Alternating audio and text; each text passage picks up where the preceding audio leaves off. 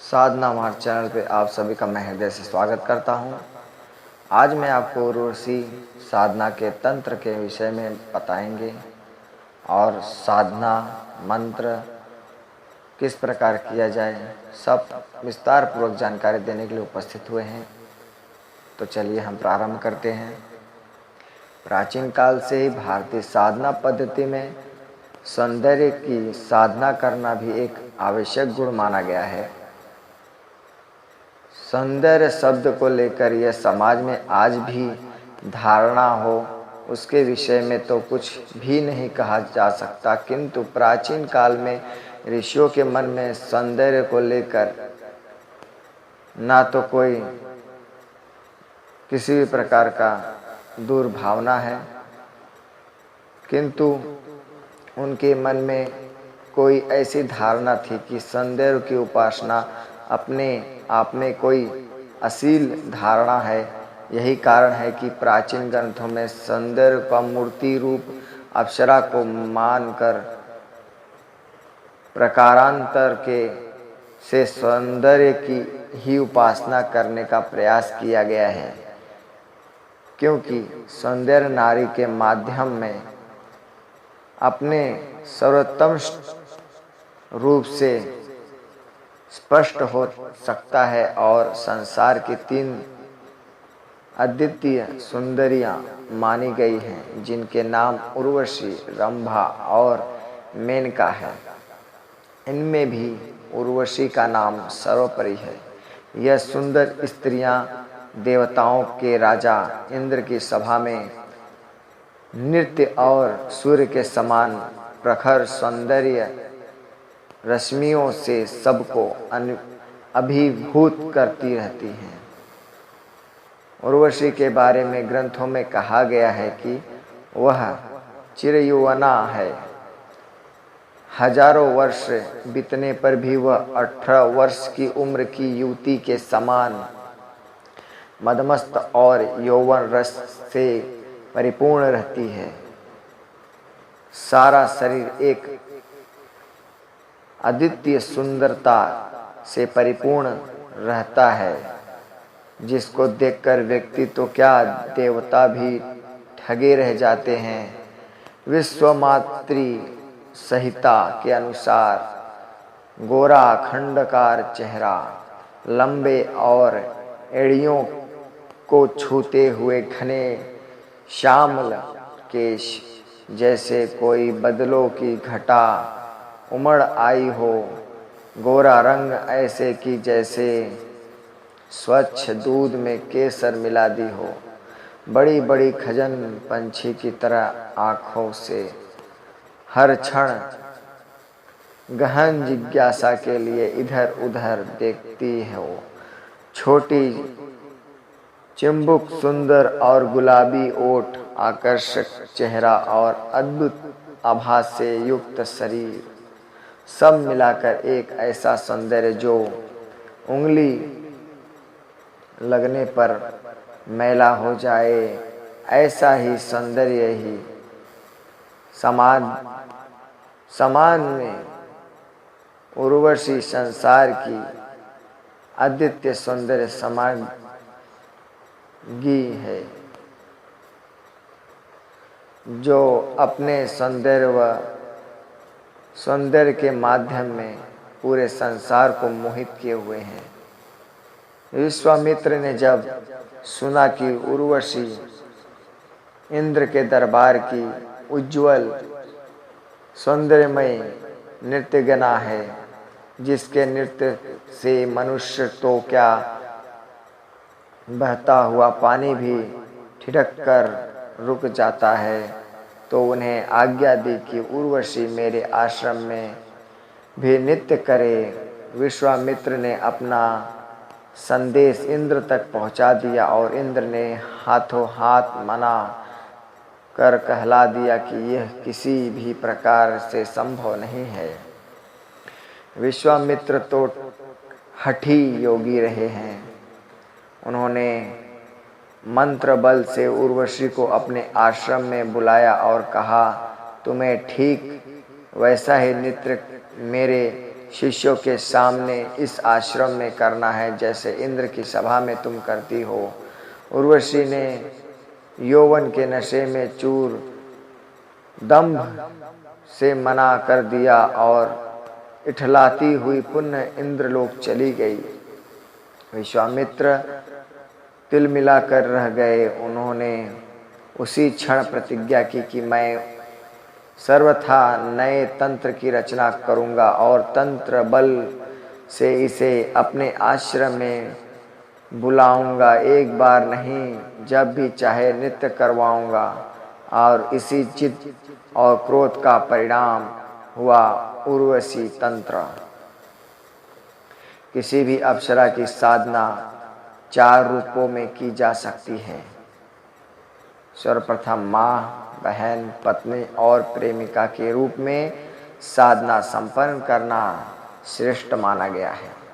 विश्वामित्र ने प्रेमिका रूप से तंत्र रचना की और इसी तंत्र के माध्यम से उर्वशी को अपने आश्रम में आने के लिए बाध्य किया और उसे अतिथि नृत्य करना पड़ा। उर्वशी को सिद्ध कर निम्न लाभ प्राप्त किए जाते हैं, जैसे कि जब भी चाहे उर्वशी को प्रत्यक्ष बुलाए और उसका नृत्य देखें, उर्वशी का प्रेमिका रूप में उपयोग करें, उसके साथ रमण करें, उर्वशी के माध्यम से मनोरंजन करें, उर्वशी के द्वारा अतुलनीय धन वैभव प्राप्त करें, उर्वशी के द्वारा चिरयौवन प्राप्त कर जीवन का पूर्ण आनंद उपभोग करें, उर्वशी का सिद्ध कर उन पदार्थों और भोगों को प्राप्त करे जो उसके मन की आकांक्षा होती है। विश्वामित्र के बाद उन्होंने शिष्य भूरिश्रवा, चिन्मय, देवसूत, गंधर्व और यहाँ तक कि देवी विश्रवा और रत्नप्रभा ने भी उर्वशी सिद्धि कर जीवन के संपूर्ण भोगों का भोग किया। गोरखनाथ ने भी इस साधना के माध्यम से चिरयौवन प्राप्त किए और गोरक्षपुर में उन्होंने हजारों शिष्यों के सामने सदेह उर्वशी को बुलाकर अतिथ्य नृत्य संपन्न करवाया। इतिहास साक्षी है कि स्वामी शंकराचार्य ने इसी साधना को संपन्न कर अपने शिष्य पद्मपाद को अतुलनीय वैभव का स्वामी बना दिया। यही नहीं, अपितु मंडल मिश्र से शास्त्रार्थ के दिनों में शंकराचार्य ने उर्वशी को तंत्र के माध्यम से उसे अपने सामने बुलाकर उससे काम कला की वे बारीकियां समझी जो सन्यासी होने की वजह से उनके लिए असंभव थी। इस साधना के बल पर आज से 100 साल पहले स्वामी विशुद्धानंद जी ने बनारस में नवमुंडी आश्रम में अभिवन नृत्य कराकर अंग्रेजों को आश्चर्यचकित कर दिया था और उस समय के तत्कालीन कलेक्टर ब्लास्मिक ने तो कहा था कि मैंने अपनी जिंदगी में ऐसे सुंदरी नहीं देखी। वह अचानक आई और जो नृत्य उसने किया वह आश्चर्यचकित करने वाला था। उर्वशी साधना कोई भी साधक संपन्न कर सकता है। शास्त्रों के अनुसार भी उर्वशी की साधना पत्नी या प्रेमिका के रूप में ही संपन्न करनी चाहिए। साधकों, अब हम आपको साधना विधि बताने वाले हैं, ध्यानपूर्वक सुनिए। यह साधना 50 दिन की है। किसी भी पूर्णमासी की रात्र से यह साधना प्रारंभ की जाती है। घर के किसी कोने में सफ़ेद आसन बिछाकर उत्तर की तरफ मुँह कर बैठ जाएं।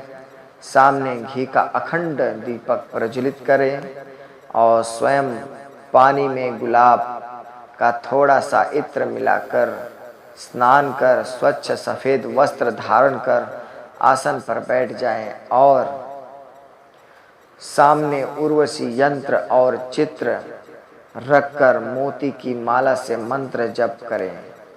ध्यान दें कि उर्वशी यंत्र सिद्ध होना आवश्यक है और मंत्र आपके स्क्रीन पर दिखता होगा। इसी मंत्र को बताए गए विधि अनुसार जप करना है। जप के माध्यम से आपको उर्वशी का समक्षीकरण होगा। मंत्र जप समाप्त के बाद उसी स्थान पर सो जाएं। इन 50 दिनों में वह न तो किसी से बात करे और ना कमरे से बाहर जाए। केवल शौचादि क्रिया करने के लिए बाहर जा सकता है। 7वें दिन निश्चय ही घुंघरुओं की मधुर आवाज़ सुनाई देती है। अगर साधक को चाहिए कि वह अविचलित भाव से मंत्र जप करता रहे, 21वें दिन बिल्कुल ऐसा लगेगा कि जैसे अपूर्व सी सुगंध फैल गई है। इसके बाद नित्य ऐसी सुगंध और ऐसा आभास होगा। 36वें दिन बिल्कुल ऐसा लगेगा कि जैसे कोई अद्वितीय सुंदरी आसन के पास आकर बैठ गई है और साधक अविचलित न हो और मंत्र जप करता रहे।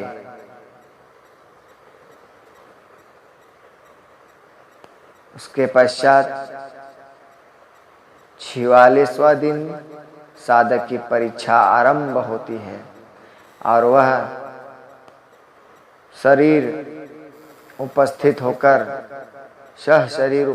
होकर साधक की गोद में बैठ जाती है। फिर भी साधक को चाहिए कि वह ना तो विचलित हो और ना काम मोतेजक हो। उसके पश्चात 50वें दिन वह अपूर्ण श्रृंगार कर साधक के सट कर बैठ जाएगी और पूछेगी कि मेरे लिए क्या आज्ञा है। तब साधक कहे कि मेरी पत्नी बन प्रेमिका की तरह प्रसन्न करो। तब वह सिद्ध हो जाती है और जीवन भर सुख काम द्रव्य प्रदान करती है और करती रहती है। यह आजमाया हुआ तंत्र है और अपने आप में प्रामाणिक सिद्ध प्रयोग है। एक बार सिद्ध करने पर फिर जीवन में बार बार प्रयोग करने की जरूरत नहीं रहती। इस साधना में 3 बातें आवश्यक हैं। साधना काल में 50 दिन तक किसी से भी कुछ भी ना बोलें। दूसरी, साधना के बाद उर्वशी सिद्ध होने पर स्त्री गमन ना करें। तीसरी, उर्वशी तंत्र सिद्ध होने पर उसके साथ रमण करें। जो कुछ भी चाहे प्राप्त करे पर द्रव्य का दुरुपयोग ना करें। यह साधना आज भी जीवित है और वर्तमान में भी कई तांत्रिकों ने इसे सिद्ध कर रखा है। यह जीवन की एक अद्भुत और पुण्य सुखोपभोग देने वाली सुंदरमय साधना है, जिसे सिद्ध करने में शास्त्रीय दृष्टि से भी किसी प्रकार का बंधन या दोष नहीं है। प्रत्यक्ष रूप से देखने पर यह साधना लंबी प्रतीत होती है, किंतु इसके मंत्र पर ध्यान दे तो यह अन्य साधना की अपेक्षा सरल की कही गई है। साथ ही महर्षि विश्वामित्र के द्वारा प्रणीत होने के कारण इसकी प्रामाणिकता स्वयं सिद्ध है। ये रहा आपका उर्वशी तंत्र साधना, जिसमें आपको सरलता पूर्वक यह सिद्धि हासिल होगी। अब हम मिलते हैं किसी नेक्स्ट वीडियो के साथ।